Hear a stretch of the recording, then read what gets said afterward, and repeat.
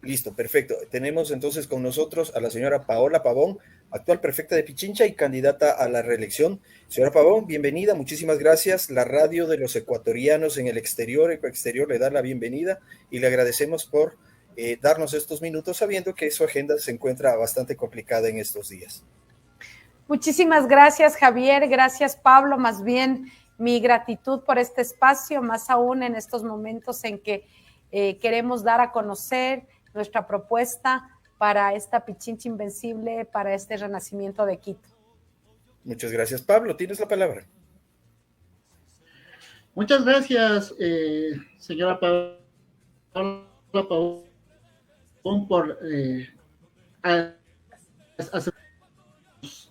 pasaron su plan de trabajo, y una de las cosas que nos gustaría primero para empezar la entrevista es que nos comente, nos haga un breve resumen de su plan de trabajo para proceder después de esta intervención suya con las preguntas que están llegando. Mira, Pablo, nosotros estamos empeñados en cuidar la vida de los pichinchanos y las pichinchanas, proteger el derecho al trabajo, a la salud, a la seguridad. Queremos seguir profundizando nuestros programas de ampliación de salud gratuita y de calidad con Pichincha Humana. Vamos también a seguir combatiendo la violencia contra las mujeres. Para nosotros, el que una mujer pierda la vida en nuestra provincia debe conminarnos como sociedad, y vamos hacia esa propuesta de un Warmi Pichincha en cada cantón. Queremos también más vías para la producción, más vías para el turismo, y también pensando en una lógica de acercar los consumidores a los productores, vamos a los supermercados populares en nuestras zonas urbanas. Es decir, tenemos una propuesta integral que coloca lo social, la realidad de nuestra ruralidad con vías y producción, y obviamente dinamización y reactivación económica y productiva. Tú me dirás, ¿por qué empezar por lo social? Porque estamos convencidos que el ser humano, que los niños, las niñas, los jóvenes, las mujeres son la razón de ser de la gestión de un gobierno local. Bien, señora Pavón, en base a lo que usted está diciendo, ¿cuál es la diferencia entre el periodo que usted ya está terminando y lo que va a venir en adelante? Y voy a ser muy puntual. Obviamente, como nosotros estamos fuera del Ecuador, nos regimos meramente a lo que vemos en medios, en redes. Entonces, la pregunta es, en concreto, ¿qué va a hacer que no haya hecho ya y por qué haber esperado a hacerlo ahora y no haberlo hecho en el periodo anterior? Mira, primero, Javier, 3 años y medio de gestión son un espacio para pensar y sentar bases de un proyecto a mediano y largo plazo. El día de ayer teníamos un encuentro con el sector vinculado a los restaurantes en Quito, y nos decían, nuestra preocupación es que con cada cambio de autoridad no se logra plasmar un proyecto de ciudad y un proyecto de provincia a mediano y largo plazo. Te comento algo, voy a tomar un ejemplo, el tema de vías para el turismo. ¿Por qué estamos convencidos en vías para el turismo? Que ya lo hemos hecho y lo vamos a seguir haciendo, porque el turismo genera empleo. Quito está enfrentando la mayor tasa de desempleo. Quito está duplicando la tasa de desempleo a nivel nacional. Es decir, mientras el país mantiene una tasa del 4%, en Quito estamos superando el 8% de la tasa de desempleo. Entonces, ¿cuál es nuestra tarea? Con nuestras competencias como prefectura, que es la reactivación económica, productiva, la competencia de vialidad, generar trabajo. Y eso lo hemos definido a través del turismo. ¿Qué hemos hecho en este primer periodo? Vías importantísimas para el turismo. La vía a el Nevado Cayambe, estamos concluyendo la vía a las lagunas de Mojanda, la vía Quito-Nono, que es un espacio en donde se está haciendo en este momento mucho turismo, es uno de los sitios más visitados por los quiteños y quiteñas, hay una dinamización de la economía. Eso nos está dando resultados, pues hay que seguir haciendo. Si Pichincha tiene 8,000 kilómetros, habría sido imposible en estos 3 años poder cumplir toda esta ruta turística. Hoy vamos con este enfoque a profundizar en otros sectores. Hoy queremos la vía de los volcanes, que permite el acceso al Cotopaxi desde Machachi y desde Sangolquí, porque queremos activar también esta zona, o queremos seguir trabajando en el Distrito Metropolitano de Quito, generando espacios turísticos en las parroquias rurales de nuestro Cantón Quito. Vamos hacia la vía Alcacitagua en el mirador de la Rosa Mística. Atendimos Nanegal, Nanegalito, atendimos Nono, pero son 33 parroquias. Entonces, el poder tener una planificación con la visión de que el turismo genera empleo y que para eso se requieren vías, lo hicimos y hay que seguirlo haciendo porque nos dio resultado. O te planteo el tema de nuestros Guarmi Pichincha. Lastimosamente, el año pasado, 272 mujeres murieron a causa de femicidios.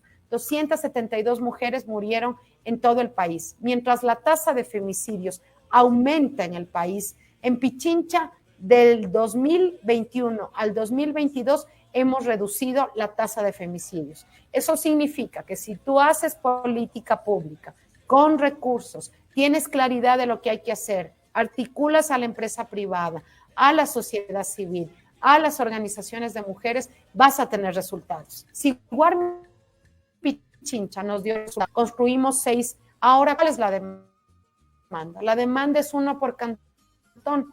Ayer estuve en Sangolquí. El femicidio con el que iniciamos el año en la provincia se produjo en Sangolquí. El primer pedido que me hicieron padres de familia era que debíamos tener un centro específico que atienda en Sangolquí. Si tienes 8 cantones, 53 parroquias y es un servicio que está dando resultados, pues ya lo hicimos y hay que profundizarlo. Hay cosas también que son nuevas, importantes. Señora Pavón, me quedo aquí. Se congeló. Ahí le escucho. ¿Me escucha bien? No, es que te escucho. Sí, listo. Ok.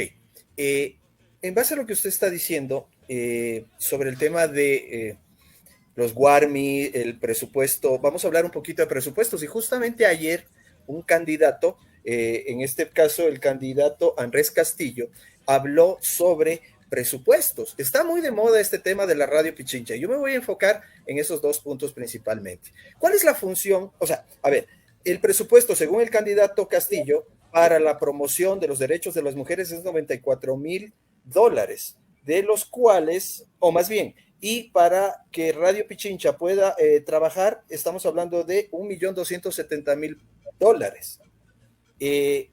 ¿Cuál es la gran diferencia? ¿Por qué ponerle tanto presupuesto a un medio de comunicación y no a aumentar el presupuesto de la promoción y derecho de las mujeres? Mira, Javier, muchísima ligereza hemos escuchado en esta campaña electoral y poca seriedad. Y creo que también eso es importante evidenciar. El presupuesto de Pichincha, el plan anual de inversiones, es de $94 millones. Para que tú tengas una idea, el 50% del presupuesto se ha destinado a la competencia principal que tiene la prefectura, que es la vialidad. Nosotros en el eje social que implica salud gratuita con Pichincha Humana, Guarmi Pichincha, atención a mujeres, escuelas deportivas para niños, nuestros centros Guambra Pichincha que entregan salud sexual y reproductiva a nuestros niños, asciende a 20 millones. La radio, que es una radio pública, es una radio de la provincia, es una radio que tiene que ser mantenida, auspiciada y también financiada por la institución, porque es un medio público, necesita también tener ingresos con todo el potencial que tiene una radio pública. Más o menos esa reflexión me hace pensar que sería como el rol que tenemos con Pichincha Humana, que también es una de nuestras instituciones, o como la mitad del mundo, que es una de las instituciones que tiene la prefectura de Pichincha. Entonces se podría decir, para mí no es importante que la prefectura sostenga la mitad del mundo. ¿Por qué invertir en la mitad del mundo?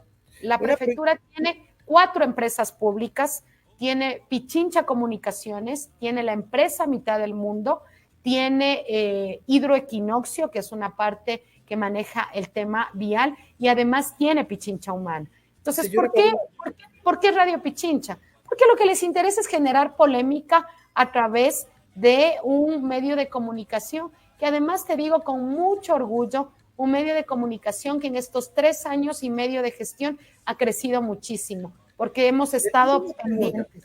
Le tengo una pregunta. Perdón la interrupción, pero es indispensable. Usted me dice que Radio Pichincha es un medio público, es decir, se debe a el público y al pueblo de Pichincha. ¿Estoy bien?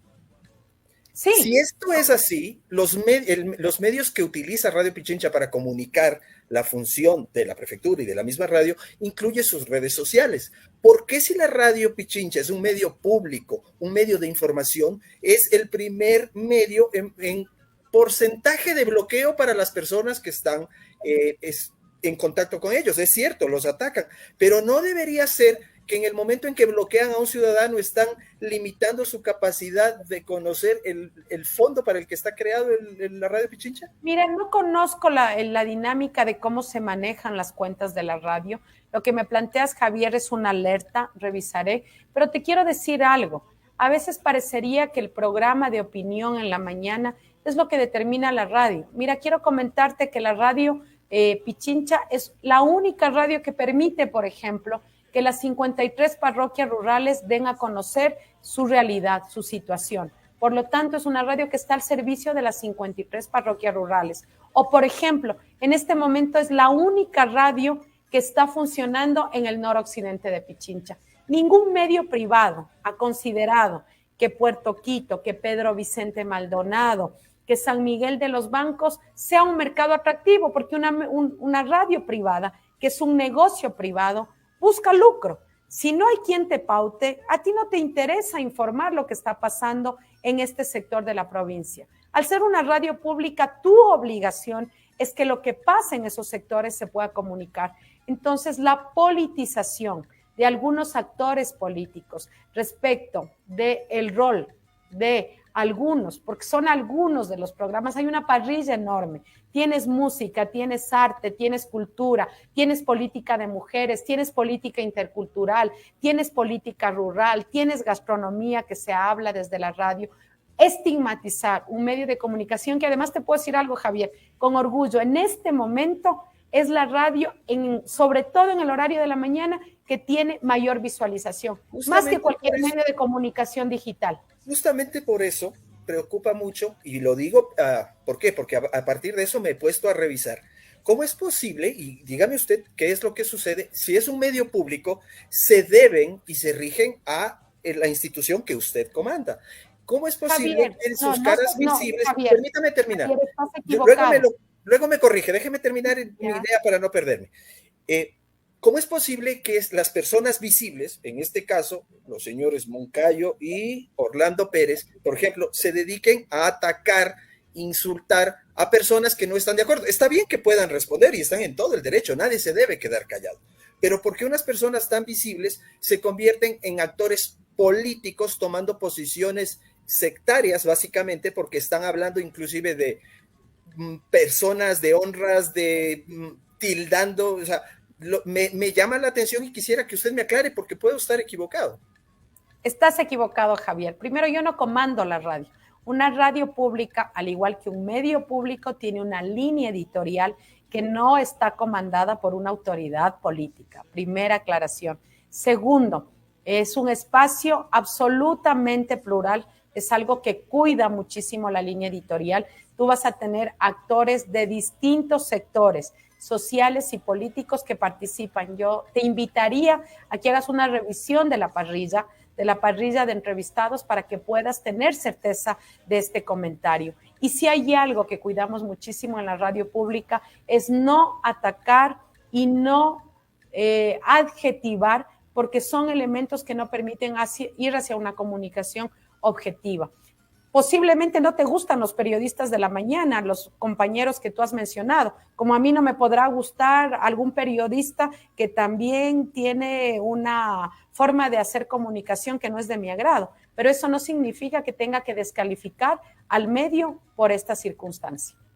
Mi pregunta final en este tema y para ya ir cerrando esto, la verdad no puedo porque me tienen bloqueado a mí también, me di cuenta ahorita que quise revisar, algo no les gustó. Javier, voy a pedir, eso sí te digo, me voy con la tarea de el comentario que me has hecho respecto de los bloqueos. Voy a hacer una revisión específica de eso. Gracias por el dato. Ok, Pablito, sigue tú mientras yo reviso un dato que escribí pero que no lo encuentro, por favor. Si es que no estás congelado, desde luego. Correcto. A Quito y algunos de los pichinchanos es el tema del impuesto al rodaje o la tasa del Fondo de Mejoramiento Vial, ya que se ha hablado usted en su propuesta, en esta entrevista, de varias vías, pero nos olvidamos las vías como la LOAC Santo Domingo, la de los bancos, que, que, que están en una... Pablo, no se te está conductores. entendiendo nada. ¿Ahí? Pero ¿Me Javier, escuchan? No, no se te Javier, entiende, Pablo. Javier, yo sí Señora. entiendo la pregunta de Pablo. Pablo ha hecho una pregunta respecto de, no es impuesto al rodaje, está desinformado, es la tasa solidaria y está planteando las condiciones de la vía Aloag y la vía Calacalí-Río Blanco, si no me equivoco, Pablo. Esa sería tu inquietud. Sí, es, más que todo va al tema de que se paga una tasa, o como dice usted, la tasa solidaria, pero las vías que son de mayor uso no tienen un mantenimiento adecuado. Es decir, se está contribuyendo, no se está viendo reflejado en las vías importantes, pero de lo que usted indicó, eso se está trabajando en vías de segundo y tercer orden, como las vías que comentó, la vía o el proyecto de la vía que quiere hacer de los volcanes, y otras vías en otras comunidades que lamentablemente no es vista por la ciudadanía porque no las utilizan. Pero si se logra hacer el tema de turismo que usted dice, esas vías van a ser visibilizadas, pero actualmente en las vías que se ruedan normalmente no se ve ese trabajo o ese aporte solidario que se hizo en el mejoramiento de estas vías. Y eso ha generado mucho descontento en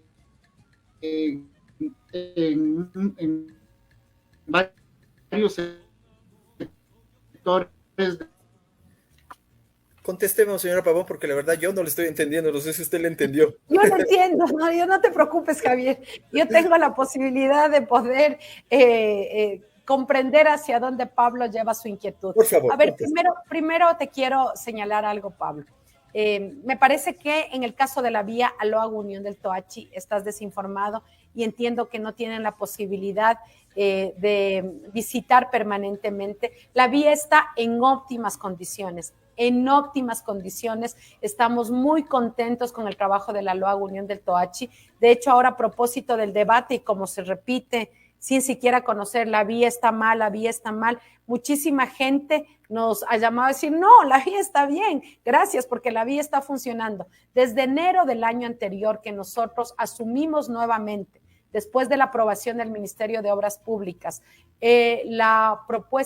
fue aceptada la propuesta técnica y la propuesta financiera que planteamos, la vía está en óptimas condiciones. De hecho, estamos iniciando ya este mes una de las cosas que se descuidó por mucho tiempo, que fue el mantenimiento periódico. Eso significa un recapeo total desde el kilómetro cero. Así que la vía está avanzando muy bien. Solo el año pasado hicimos la ampliación de 6,7 kilómetros.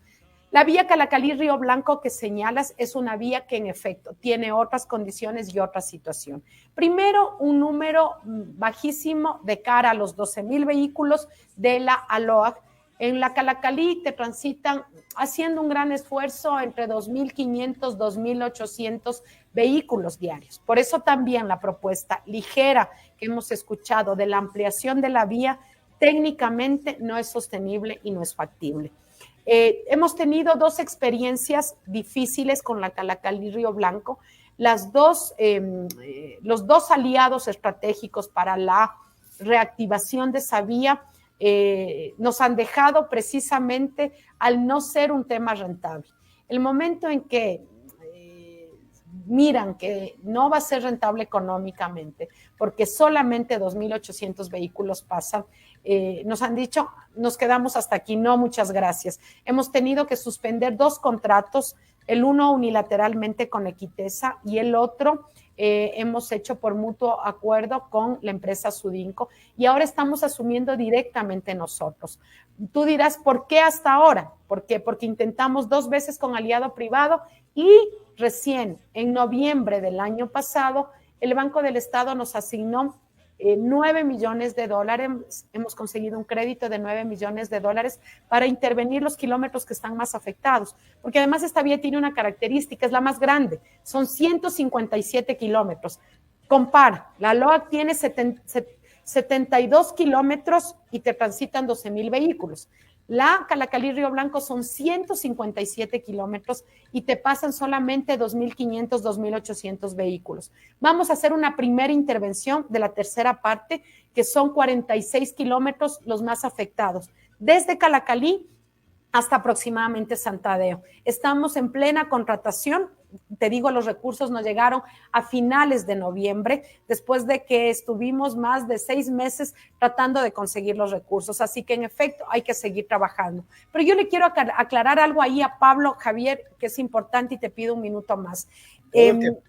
Pablo decía, hay una tasa solidaria y decía un impuesto al rodaje. Las prefecturas no cobramos impuestos, pero esta sí es una tasa solidaria que nos permite la ley y por eso 17 prefecturas la tenían ya antes de Pichincha. La tasa solidaria no puede ser invertida en las 2 vías grandes, porque la ordenanza es clara. La ordenanza dice, usted recoge esa tasa solidaria por cantón y asigna directamente a ese cantón. Te voy a poner un ejemplo. El año pasado recaudamos $200,000 en esta tasa solidaria en Cayambe. Solo la vía El Nevado Cayambe me costó 2,5 millones. Entonces, sin duda, es un recurso importante, es un recurso que se requiere, pero no puede ser destinado donde uno quisiera. Es precisamente solidariamente para la ruralidad.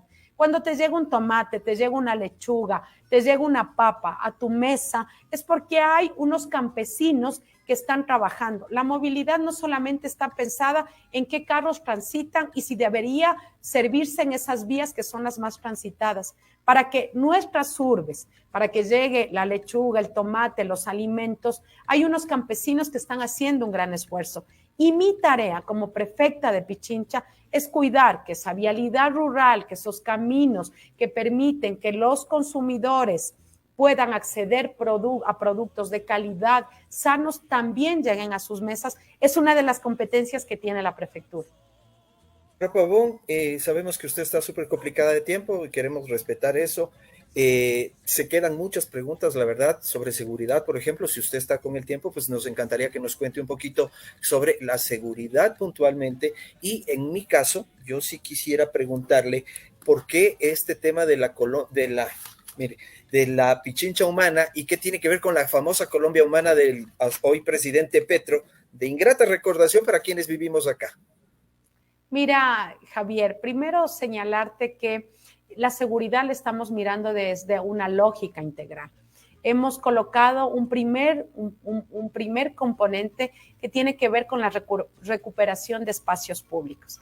En este momento estoy dando la entrevista desde el sector de la Quito Norte. He mantenido un diálogo con los vecinos y vecinas, con la Liga Barrial, con el presidente del barrio. Y lo primero que me colocaron es, queremos iluminación en las canchas, queremos espacios públicos seguros y es nuestro primer eje con Pavel Muñoz, candidato a la alcaldía de Quito. Que las plazas, los parques, los estadios, los mercados sean sitios seguros. La recuperación del espacio público es muy importante. Es ahí donde se hace comunidad. No podemos encerrarnos a las 6 de la tarde sin querer que tus hijos vayan a la cancha, que generen comunidad, que generen solidaridad, que nuestros jóvenes hagan deporte. El segundo componente en el tema de seguridad tiene que ver con la prevención. Hay que prevenir y ahí fortalecer nuestros programas sociales. Esto es muy importante. Vamos a continuar con nuestras escuelas deportivas para nuestros niños. En este momento, 7,500 niños están en las escuelas deportivas de la prefectura. Nos interesa ahora ampliar esa cobertura con el municipio de Quito y vamos a seguir trabajando en nuestra lógica de mujeres seguras. Por eso, Guarmi Pichincha, un Guarmi por cantón, es muy importante. Ahora en la propuesta de Pavel vamos también hacia el Warmi Quito, que las mujeres, las niñas se sientan seguras, que no haya acoso en el transporte público, que no haya acoso en la calle, que podamos atender para que haya una política de relacionamiento entre hombres y mujeres en condiciones distintas. Y cierro con el último elemento que te veo, Javier, que quieres hacer la pregunta y te veo que ya estás ahí, sí, que saltas a la cancha. Pero Javier, cierro con esto. Mira, ahí sí hay una tasa de seguridad. Nuestra propuesta es que toda esa tasa de seguridad del municipio de Quito vaya hacia implementos a los sectores que están organizados. Los barrios se están organizando muchísimo, casi en todos los barrios tienes comités de seguridad y ahí la lógica es el desistimiento del delito. Cámaras, botones de auxilio, botones de pánico. Atención, a pesar de que no sería la competencia, hay que hacerlo porque el país está viviendo una situación muy difícil. Vas a ver el UPC y el patrullero no tiene seguridad. Pues hay que invertir en no tiene gasolina. Hay que invertir en la gasolina del patrullero. Hay que adecentar las UPCs, Hay que darles herramientas a los policías que están en Quito, también hay que hacerlo. Y también se requiere liderazgo. Mira, en el último año, el 17% de los efectivos de los policías que atendían en Quito y Pichincha están ahora en otras provincias. No puedo ponerme a que estén en otras provincias, pero si se disminuye el número de efectivos, hay que requerir que ese número de efectivos retorne, que puedan estar aquí, que hay una mayor cobertura para que se atienda a provincias como Manabí, como Guayas, como Esmeraldas, pero también tenemos que cuidar de nuestro territorio. Pregunta final, por su tiempo, no por el nuestro. Nosotros estamos encantados que esté aquí. Cuando acá en Colombia, igual que en Ecuador, hubo movilizaciones, yo estaba transitando por las carreteras de Colombia y fui víctima de agresión, yo personalmente. Y me decían que era porque estaban peleando por los derechos de toda la gente, pero mis derechos no importaron nada porque yo simplemente pasaba por ahí. Mi familia en Quito me contó, yo lo vi desde acá, que hubo movilizaciones, saqueos, vandalismo. La seguridad parte desde ahí. ¿Cómo actúa o cómo va a actuar? Ya sabemos cómo actúa la prefectura. Y no quiero entrar en calificativos porque pues no es el caso. Pero la prefectura va a permitir que haya vandalismo, desmanes, sin importar de dónde vengan, o cómo va a actuar, porque eso también es la seguridad para los pichinchanos. Javier, entiendo que por tu situación fuera del país te alimentas y te informas en las redes sociales. Primero quiero decirte con absoluta certeza que tanto en octubre del 2019, que fue un momento difícil para la ciudad, y junio del año pasado, nuestra tarea ha sido precautelar la movilidad y que pueda haber condiciones de calma y tranquilidad en la provincia. Ningún país, ninguna ciudad, ninguna provincia en paralización genera desarrollo. Quiero decirte que uno de los momentos más difíciles para la institución ha sido básicamente el paro de junio del 2019. Tuvimos que parar más de 200 obras que estaban en plena ejecución. Tuvimos que suspender contratos con contratistas que nos decían no podemos llegar a nuestro sitio, no podemos llegar a seguir asfaltando, no podemos construir las canchas, no podemos construir las canchas. ¿Perdón? ¿No eran las volquetas de la prefectura las que bloqueaban para que ellos no puedan pasar? Javier, falso, de falsedad absoluta. Y te agradezco la pregunta, falso de falsedad absoluta, además por un hecho muy simple. Todo nuestro parque automotor, vehículos livianos, carga pesada, tienen un seguro y obviamente tienen un chip por condiciones de seguridad. Lo que se presentó a la Fiscalía, además en trámite legal, es precisamente la ubicación. Mira, mi primera tarea es decir inmediatamente frente a cualquier dificultad que se guarde en los campamentos, en los parqueaderos, porque también tenemos una responsabilidad, son bienes públicos. Entonces, ese prejuicio, Javier, a propósito de fake news y noticias falsas, agradezco que me lo hayas preguntado para contestarte de manera formal. Así que no creas que solamente el ciudadano común y corriente, sino nosotros que tenemos la tarea de conducir una provincia, de reactivar económica y productivamente, también nos preocupan esas condiciones que sin duda tienen motivaciones que no las voy a poner en este momento en discusión contigo, pero quiero que tengas la certeza que nuestra tarea es precisamente generar condiciones para que haya esta reactivación económica y productiva, y es lo que estamos encargados. Quiero agradecerles por este espacio, agradecerte por la frontalidad de las